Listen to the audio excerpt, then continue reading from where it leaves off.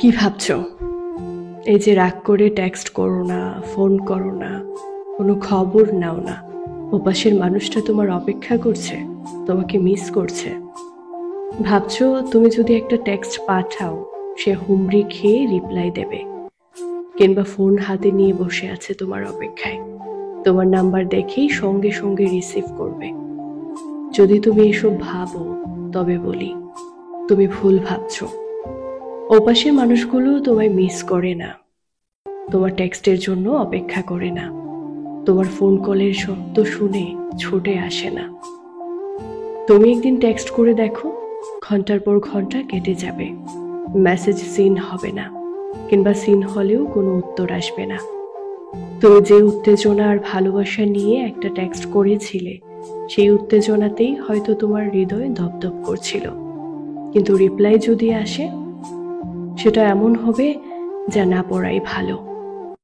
তুমি ভাববে ও হয়তো ফোন ধরবে না, ব্যস্ত থাকতে পারে, ব্যাক করবে, কিন্তু বাস্তবে দেখবে তোমার কল রিং হয়ে কেটে গেছে। বা কখনো শুনতে পাবে সেই কণ্ঠ, আপনার কলটি এই মুহূর্তে অপেক্ষামান। তুমি অপেক্ষা করবে, সে বুঝি কল ব্যাক করবে, বলবে সরি, একটু ব্যস্ত ছিলাম, রাগ করো না। কিন্তু না, সে উল্টো ধমক দিয়ে তোমাকে বলবে অযথা ডিস্টার্ব করো না তো, কাজের মধ্যে ছিলাম, আর ফোন দিও না। তখন তুমি ভাববে এতদিনের ভালোবাসা, এত স্মৃতি, এত কথা, এত বিশ্বাস, সব কি ভুল ছিল? তুমি হয়তো ভাববে সে বলছিল সারা জীবন পাশে থাকবে, কোনোদিন ছেড়ে যাবে না। সেই মানুষটাই আজ এমন করে কথা বলে, সেই মানুষটাই এরকম করবে তোমার সাথে। হ্যাঁ, পারে, মানুষ সব পারে। যাকে তুমি চোখের জলের মতো আগলে রাখতে চেয়েছিলে, সেই মানুষটাই তোমার চোখের জলে সাঁতার কাটবে, অন্য কারো হাত ধরে হেসে উঠবে। তুমি কাঁদবে, সে হাসবে, তুমি ভাঙবে, সে গড়ে নেবে, অন্য কারোর সঙ্গে নতুন গল্প বুনবে।